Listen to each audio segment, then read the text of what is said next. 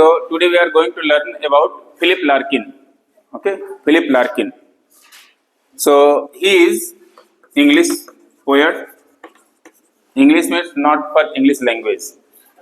England. Okay, जो England है उसके लिए लिखा गया है. English poet, dramatist, and he had worked as a librarian in many libraries. Librarian, okay, and also received as honorary D.Litt in English. D.Litt समझते हैं? जैसे आप लोग अभी पढ़ाई कर रहे हैं बीए, फिर एमए, फिर इसका पीएचडी होती है. पीएचडी के ऊपर एक और होता है डिग्री, इसको कहते हैं D.Litt, डॉक्टरेट ऑफ लिटरेचर. ठीक है, सो D.Litt होती है. ये ऑनरेरी इनको मिला है. ठीक, ऑनरेरी मिला है. He is basically called as a movement poet. A movement poet. Movement poet is a poet who is in between the modernism and postmodernism. Okay?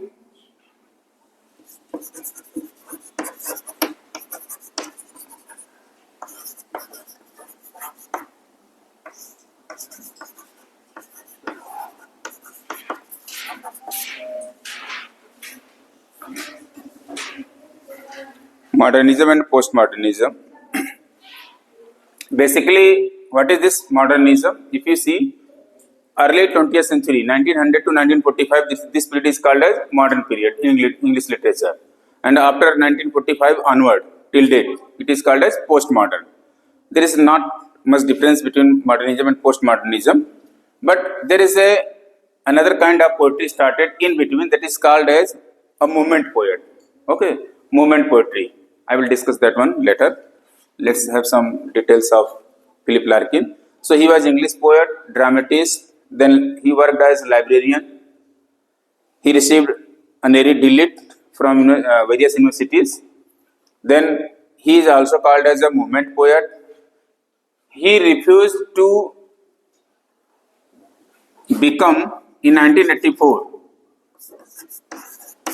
Okay, he refused to become poet laureate.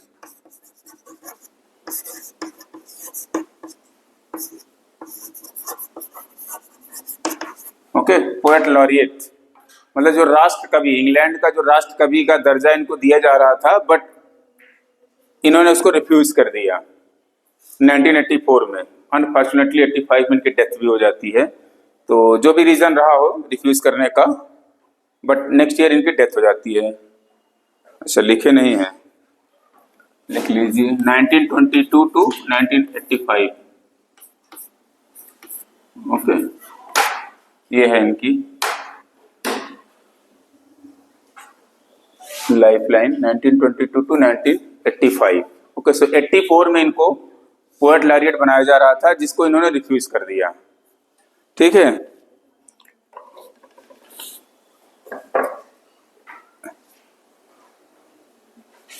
basically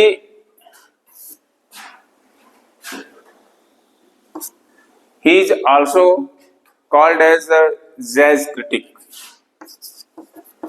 Jazz critic in one I think Telegraph or some newspaper is there. Jazz critic basically jazz was a culture, music culture.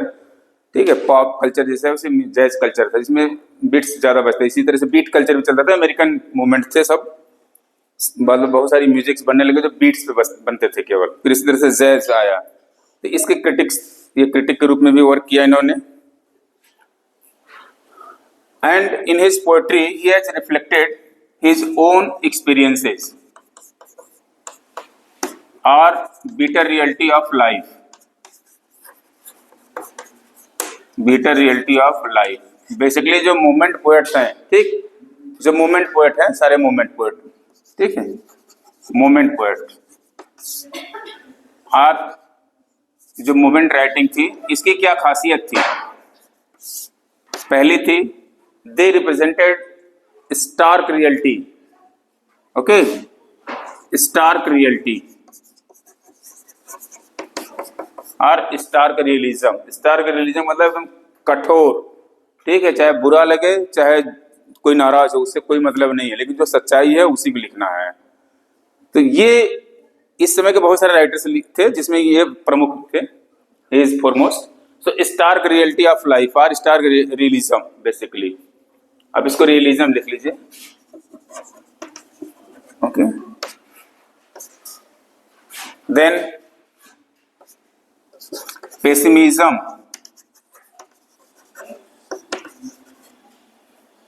Pessimism, ठीक है, pessimism, ठीक। Pessimism मतलब जो निराशावाद। Actual में जब life को आप बहुत डीपली ऑब्जर्व करिए, कई जगह आपको लगता है एक निराशा सा, ठीक है, तो वो जो ग्लूमी टोन या मेलैंकोलिक फीलिंग आ रही है आपको, एक डिप्रेसिव फीलिंग आ रही है, that is also being reflected in this movement writings, okay.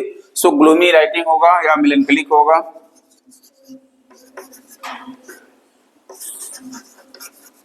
मेलैंकोलिक in tone,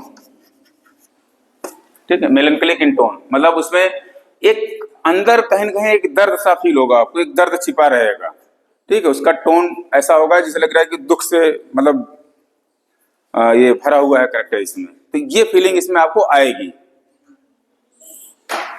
और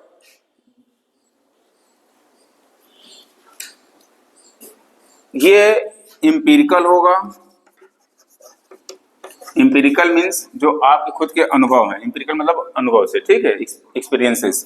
प्लस रेशनल होगा, रेशनल मतलब है तर्कपूर्ण।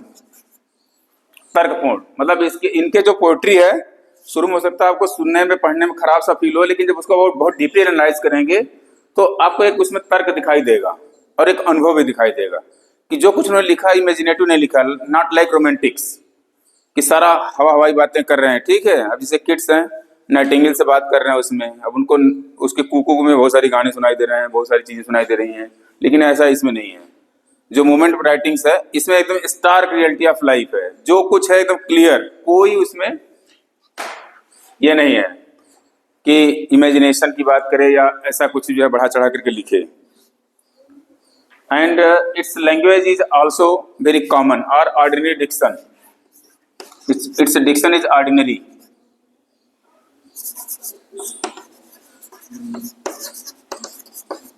मीन्स जो उसमें भाषा यूज की जाएगी, शब्द यूज किए जाएंगे, बहुत हाई फाई नहीं रहेगा, not like T S. Eliot. T S. Eliot कैसे ऐसे जिसको समझने के लिए आपको दूसरी और किताबें चाहिए तब जाकर समझ में आता है, इनके में ऐसा नहीं है। इनके में एकदम सिंपल लैंग्वेज। अभी आप जब पोएम पढ़ेंगे भी, चर्च गोइंग पोएम आपके सिलेबस में है, ओके, जब चर्च गोइंग पढ़ेंगे तो उसमें आपको बहुत इजी लगेगा, सारी लैंग्वेज इजी लगेगा एकदम। So and one more special quality of these writings is colloquial in nature।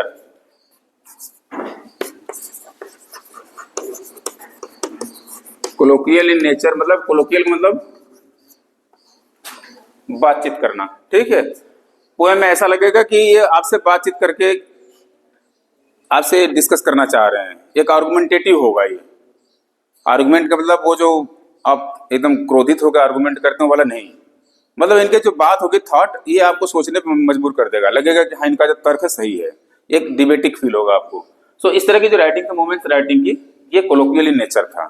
So these are few characteristics of movement writings and Philip Larkin is also a movement writer, okay, it means all these qualities belongs to his writing, ठीक है। ये सारी characteristics उनकी writing में हमको मिलेंगी। क्या क्या है? स्टार्क रियलिटी या रियलिज्म, मतलब जो रियलिज्म है, जो वास्तविकता है, या हिंदी में कहते हैं यथार्थवाद, ओके। यथार्थवाद मीन्स जो कुछ है एकदम सच्चाई लिखना, उसमें कोई बढ़ा चढ़ा करके इमेजिनेशन में नहीं लिखना है, रियलिज्म। पेसिमिज्म है, जब आप किसी चीज को बहुत डीपली समझने लगेंगे तो इसमें एक पेसिमिज्म की टोन आपको फील होने लगती है। जैसे इनका जो सब्जेक्ट मैटर है, इन्होंने 4 सब्जेक्ट मैटर लिया है। पहला है लव, ठीक, दूसरा है डेथ, तीसरा है मैरिज, एंड चौथा है passage of time. These are subject matter.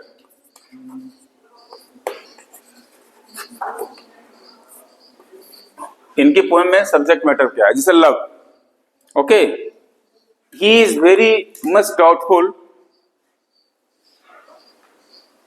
To believe that a love can last forever. मतलब इनको इस बात पे बिल्कुल विश्वास नहीं होता है कि कोई लव हमेशा जिंदगी भर चलता रहेगा। या how a person can claim that he loves him only. ठीक है, तो लव को लेकर के ये हमेशा basically he is always sceptical. आप इसमें एक लाइन और जोड़ सकते हैं, स्केप्टिकल इन नेचर। सी भी रहता है, के भी रहता है, ठीक है। इनकी पोएम में स्केप्टिकल नेचर फील होगा। स्केप्टिकल का मतलब है कि जैसे कोई भी चीज हो उसको तुरंत वैसे नहीं मान लेना जैसा कहा जा रहा है, ठीक है, या उसको सुनना ही नहीं है उस तरीके से। उसमें अपना दिमाग लगाएगा, अपने हिसाब से समझेगा आदमी, तब फिर जाकर के विश्वास करेगा। उसको कहते हैं स्केप्टिकल, ठीक है। तो ये इन सब चीजों को जो पहले से प्री कंसीव्ड थी या प्री डिफाइंड है सोसाइटी में, ठीक है, उस चीजों पे बड़ा क्वेश्चन करते हैं और खुद से ही क्वेश्चन करता है, ऐसा नहीं किसी पब्लिक से जाकर के, खुद से क्वेश्चन करते हैं और उसमें एक डाउट सा उनको फील होता है या एक पेसिमिस्टिक टोन फील होता है, जैसे लव, ठीक है। अनफॉर्चुनेटली उन्होंने शादी पूरी लाइफ नहीं किया, ठीक, लेकिन फीमेल फ्रेंड्स उनके बहुत रहे हैं। 4-5 का नाम तो वैसे भी देता है गूगल वाला, ठीक है। उनकी बायोग्राफी में भी लिखा हुआ है। इनकी बायोग्राफी एंड्रू मोसन ने लिखा है, तो उसमें क्लेम भी किया है। तो इनकी जो सब्जेक्ट थीम है लव। अब लव पे इनका क्वेश्चन है how long it can last. ठीक है, अगर मान के चलिए कि 2 लोग हैं, वो 2 लोग कोई भी हो सकते हैं, दे may B lovers, they may be husband wife, और they may be 2 friends, so how long their love can last. इस पे उनका क्वेश्चन होता है और उनका मानना है कि it's very likely that these love can not last for ever. इनके हिसाब से लव इज ऑलवेज चेंजिंग, ठीक है। ये इस चीज में विश्वास करते हैं। अगर आप सोचिए ये दिमाग में पहले से हो किसी के कि नहीं ये जो हस्बैंड वाइफ का लव है चाहे फ्रेंड का है, ये लंबा नहीं चल सकता है, ये दिमाग में अगर आपके भर जाए तो कभी आप फ्रेंडशिप या शादी करेंगे? करेंगे नहीं। आपको एक ग्लूमी टोन आ जाएगा दिमाग में, मतलब पेसिमिस्टिक फीलिंग आ जाएगी, ठीक है। तो इसीलिए इनके जो पोएम्स हैं या राइटिंग्स है, इसमें एक ग्लूमी टोन फील होगा आपको, या मेलनकली फील होगी, मतलब उसके पीछे दर्द सा फील होगा आपको, ठीक है। वो मेलनकली कहते हैं, मेलनकली मतलब कष्ट। तो इसीलिए इनका जो सब्जेक्ट है, सबसे ज्यादा पोएम इसी पे लिखे हैं, लव पे ही। और सब में एक टेंशन है उनको, मतलब इसको रियलिज्म की बात करें, स्टार्क रियलिज्म, ठीक है। ये सच्चाई भी है। शादी होती है, ठीक है, इंडिया में भी है, तो 7 जन्मों तक की कसम खाते हैं, सारा कुछ करते हैं, और कई बार तो 7 घंटे में लड़ाई लड़ने लगते हैं, ठीक है। और 7 साल में तो पक्का हो ही जाता है, कहा सुनी, ठीक है। तो ये जो स्टार्क रियलिटी है ऑफ मैरिज इंस्टीट्यूशन का, ठीक है, मैरिज एक इंस्टीट्यूशन के रूप में है, उसको लेकर के तो मैरिज में भी इसी तरह से क्वेश्चन करते हैं, ठीक है, कि मैरिज का क्या होना चाहिए, कितने साल होना चाहिए, या कितना इसके लाइफ टाइम होना चाहिए, या इसको चेंजिंग होना चाहिए, मतलब बहुत सारे इनके थॉट्स रहे हैं। तो ये भी इनका एक सब्जेक्ट है डेथ को लेकर के, ठीक है। आपको डेथ इज अल्टीमेट डेस्टिनेशन, इसको कोई चेंज नहीं कर सकता है। लेकिन इससे पहले, डेथ से पहले जो तमाम चीजें दिमाग में आती हैं उसको लेकर के ये, ठीक है, जैसे आदमी फॉल्स प्राइड रखता है, उसको लगता है जिंदगी भर वो ऐसे ही रहेगा, मरेगा ही नहीं कभी, ठीक है, और पता चला गया एक एक्सीडेंट हुआ, काम हो गया उसका, ठीक। तो जो रियलिटी है डेथ की, कोई जानता है कि कब आएगी किसी को डेथ? नहीं, यही स्टार्क रियलिटी है। और फिर भी आदमी फॉल्स प्राइड में, एक शान, झूठी शान में अपने आप को मतलब जिंदा रखता है, या उसको एक गौरव महसूस करता है, उसको फॉल्स प्राइड फील करता है। तो इसी चीज को लेकर के स्टार्क रियलिटी यही है कि एक्चुअल रियलिटी कुछ और है, लेकिन आदमी उस फॉल्स लाइफ में जी रहा है। उसी चीज को ये लोग एक्सपोज किए हैं इसमें अपनी राइटिंग्स में, मूवमेंट राइटिंग्स वाले। So marriage, death, then passage of time, जो समय है, ठीक है, टाइम जो बीतते जाता है उसमें कितना चेंजेज आते हैं व्यक्ति के व्यवहार में, रिलेशनशिप्स में, या एवरीथिंग में, ठीक है। इस चीज को लेकर के यहाँ पे, या इनके लाइफ में, बेसिकली इसमें सबसे ज्यादा अपने लाइफ को लेकर के लिखे हैं। In all his poems you find his own experiences, okay. एक तरह से कहा जाए तो इनकी जो राइटिंग्स है नॉट ऑल एज सब्जेक्टिव, उसके कुछ कंटेंट ऑब्जेक्टिव भी हैं, लेकिन ज्यादातर आप पाएंगे his poem contains reflection of his own life, इनके अपने लाइफ के रिफ्लेक्शंस हैं इसमें सारे। Okay, so this is all about his writing style and let's have some biographical details.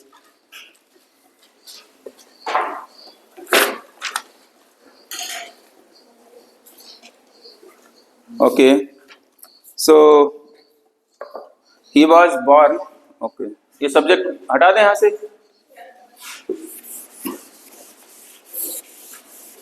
देखो इससे इंपॉर्टेंट क्या क्या पॉइंट है।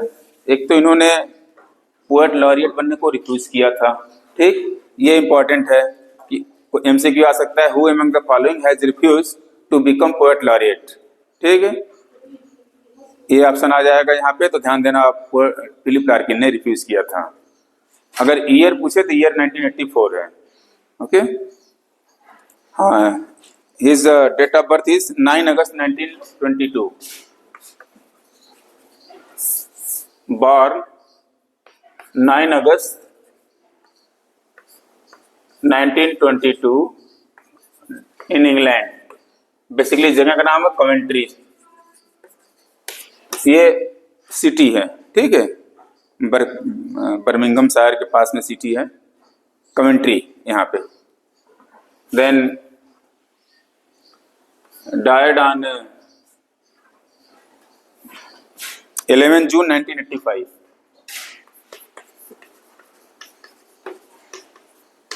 Okay, 11 June 1985। So his father was Sidney Larkin. Father was Sidney Larkin.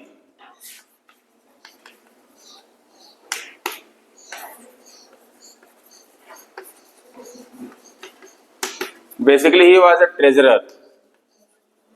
एक ट्रेजरर थे, ठीक है, ट्रेजर मतलब तो खजांची जिसको कहते हैं, जो कैश वैश के हिसाब किताब रखते हैं, उसको ट्रेजरर कहते हैं। सो इन्होंने ट्रेजरर का जॉब किया और इनकी मदर का नाम है एमिली डे, एमिली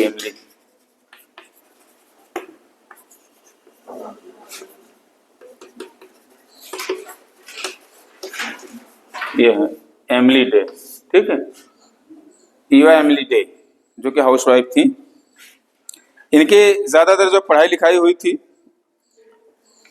वो घर पे हुई। इनकी एक बड़ी बहन थी कैथरीन, इनकी एक बड़ी सिस्टर थी जो 10 इयर्स बड़ी थी, कैथरीन। तो कैथरीन ने इनको घर पे ज्यादातर पढ़ाया। इसके बाद इनकी स्कूलिंग हुई किंग हेनरी 8th स्कूल में। किंग हेनरी 8th नाम तो सुना ही होगा, हेनरी 8th का नाम। वैसे इंग्लैंड के इतिहास में मोस्ट क्रूएल किंग कहा जाता है उसको, और उसने लगभग 57,000 लोगों का मर्डर करवा दिया था जो कैथोलिक्स थे, ठीक है, मतलब ऐसा क्लेम करते हैं कुछ लोग। अब जहां तक हो उसको मतलब मोस्ट क्रूएल किंग माना जाता है, खैर जो भी है। सो इनकी जो सिस्टर थे कैथरीन, इन्होंने घर पे इनको पढ़ाया लिखाया बहुत ज्यादा। इसके बाद फिर इनका एडमिशन हो जाता है King Henry 8th junior school में। After that he went to Oxford University and there was a college, St. John's College, St. John's, okay, St. John's College, Oxford. From there he did his graduation and all. Okay, so schooling इनकी अच्छी रही। After that he joined job as a library assistant. After that he became librarian and he did this job as librarian in many universities and colleges. पूरे life इन्होंने बहुत सारी जगह पे colleges में घूम घूम करके लिखते रहे, ये जॉब करते रहे, ठीक है। व्हेन, ये क्या और इम्पोर्टेंट पॉइंट है यहाँ पे, when he went to Oxford, Saint John's college, Oxford, okay, there he met Kingsley Amis, ये नाम याद रख लीजिएगा, ये राइटर है, मेल है, ठीक है, किंग्सले एमिस। ये बच्चों के राइटिंग के लिए बहुत फेमस है, मतलब स्पेशली यंगस्टर्स। इनकी एक बुक है लकी जिम, कैंपस नावल कहते हैं उसको। कैंपस नावल मतलब जो कैंपस स्टूडेंट्स के लिए नावल लिखी जाती है, या उसका जो सब्जेक्ट मैटर होता है कॉलेज का होगा, यूनिवर्सिटी का होगा, ठीक है, या हॉस्टल लाइफ होगा जिसमें मारधाड़ कॉलेज की चलती है, वहाँ की लाइफ स्टाइल जो चलती है, लव स्टोरी चलती है, उस सबको लेकर के सब्जेक्ट मैटर रहता है उसमें। किंग्सले एमिस, ये इनके बहुत क्लोज फ्रेंड बन गए और थ्रू आउट लाइफ फ्रेंड रहे, ठीक है। तो ये एमसीक्यू में इंपॉर्टेंट हो सकता है क्योंकि किंग्सले एमिस काफी फेमस राइटर हैं, ठीक है, किंग्सले एमिस। सो इनसे मुलाकात इनकी सेंट जॉन्स कॉलेज में ही हुई है। एंड मैरिज इन्होंने किया नहीं, ठीक है। बाकी इनके फीमेल फ्रेंड्स बहुत थे, अगर नाम चाहे नोट करना तो कर सकते हैं, उसे यूज नहीं है, like Winifred Arnott, then maybe Brennan, Monica Jones, then Betty, कई हैं, ठीक है। शादी इन्होंने नहीं की तो कोई इनके लीगल हेयर नहीं है। इनकी जो राइटिंग्स हैं, कुछ बुक्स का नाम नोट कर लीजिए, नोट करना, वैसे तो बुक में दिया है, कोई दिक्कत नहीं है। हाँ, इनकी जो सबसे फेमस बुक है लेस डिसीव्ड,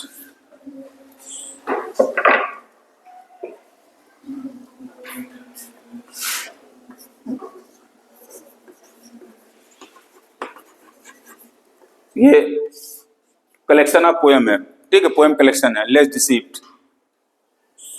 इसी पोएम में से आपका वो पोएम है आपका जो आपके सिलेबस में चर्च हुई, इसी से लिया गया है, ठीक है।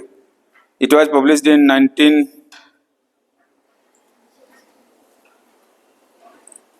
एक मिनट लिखा नहीं, 55, ठीक है, 1955। ओके, दूसरा है इनका विटसन बेडिंग, ये भी पोएम कलेक्शन है। इसमें एक ट्रेन में लंदन जा रहे थे तो इनके सामने एक कपल था जो न्यूली मैरिड था, उनसे बातचीत किए तो उनको जो भी अपना एक मैरिज को लेकर के एक्सपीरियंस है या जो उनकी टॉकिंग हुई है उसको उन्होंने उठा करके इस पोएम में लिखा है, विटसन वेडिंग में, ठीक है। इसके अलावा इनका नॉवेल है एक जिल, ठीक है, जिल। फिर विंटर, ये गर्ल इन विंटर, ये भी नॉवेल है, ये गर्ल इन विंटर। देखो कुछ जो मेजर बुक्स हैं उसको याद रखिएगा, एग्जाम में कोई भी एक चीज आ सकता है, ओके, केवल पोएम में नहीं आता है, बायोग्राफी से आएगा, उनकी जो वर्क्स हैं उससे भी आ सकता है, ठीक है। यही चार याद रखिए, ये चारों इंपॉर्टेंट इनका, ये दोनों बुक कलेक्शन, और भी है इनकी राइटिंग्स बट ये दोनों इंपॉर्टेंट है, लेस डिसीव, विटसन वेडिंग, जिल और a girl in winter, okay.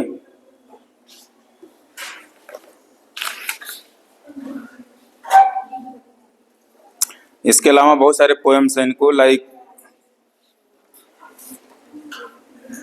Arundel टूम, ठीक है, ARUNDL, अरुंडेल टूम, TOMB।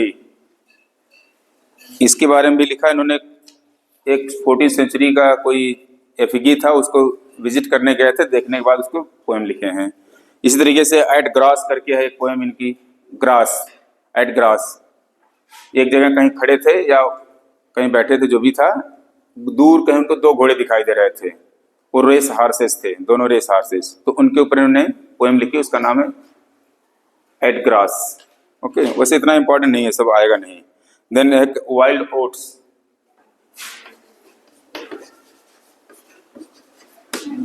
ठीक है, ये वाइल्ड ओट्स, ये इसमें अपने पर्सनल लाइफ को लिखा इन्होंने, ठीक है, अपने एक्सपीरियंसेस को दिखाया है, ठीक है, specially his relationship with 2 women, ठीक है, जो इन्होंने रिलेशनशिप मेंटेन किए थे उसके बारे में, उस एक्सपीरियंसेस को पोएम के माध्यम से इसमें लिखा है, वाइल्ड ओट्स। बेसिकली वाइल्ड ओट एक फ्रेज के रूप में यूज किया जाता है, ठीक है, a person who wants to maintain sexual relation, उसको वाइल्ड ओट्स कहते हैं। देन टॉकिंग इन बेड, एक पोएम है इनका, टॉकिंग इन बेड।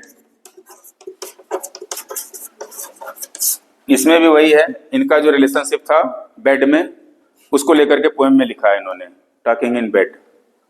ठीक है, so this is all about his biography. एक चीज और है इनके बारे में, इनको रेसिस्ट कहा जाता है। ठीक है, means he was very resist.